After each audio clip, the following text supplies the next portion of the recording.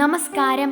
മുതിർന്നവർക്കായി എനിക്ക് സമയമുണ്ടായി എന്നിരിക്കില്ല, പക്ഷേ കുട്ടികൾക്കായി എത്ര സമയം മാറ്റിവെക്കാനും ഞാൻ തയ്യാറാണ്. ചാച്ചാജിയുടെ ഈ വാക്കുകൾ കുട്ടികൾക്കായുള്ള അദ്ദേഹത്തിൻ്റെ വാത്സല്യത്തെ ഏറെ സൗന്ദര്യത്തോടെ വർണ്ണിക്കുന്നു. നവംബർ 14 അദ്ദേഹത്തിൻ്റെ ജന്മദിനം.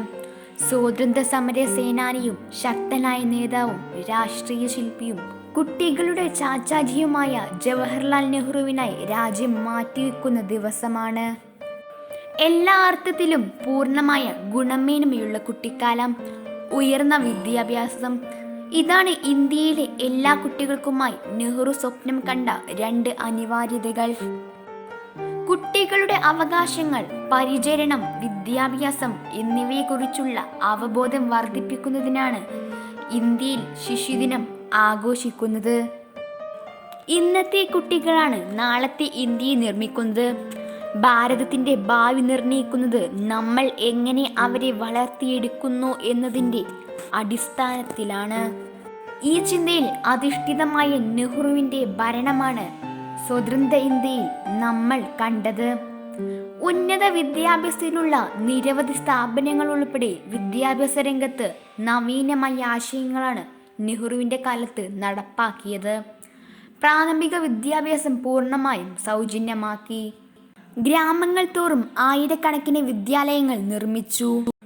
കുട്ടികളുടെ ക്ഷേമത്തിനായി ഇന്ത്യൻ ഭരണഘടന അതിവിപുലമായ കടമകളാണ് സർക്കാരിൽ നിക്ഷിപ്തമാക്കിയിട്ടുള്ളത്. കുട്ടികളുടെ സംരക്ഷണം, വിദ്യാഭ്യാസം, തൊഴിൽ ചൂഷണത്തിൽ നിന്നും ലൈംഗിക ചൂഷണത്തിൽ നിന്നുമുള്ള പരിരക്ഷ, ആരോഗ്യം, അന്തസ്സ് തുടങ്ങിയവ ഉറപ്പുവരുത്തുന്നതിനുള്ള വ്യവസ്ഥകൾ ഭരണഘടനയുടെ വിവിധ അധ്യായങ്ങളിൽ അനുശാസനം ചെയ്തിരിക്കുന്നു.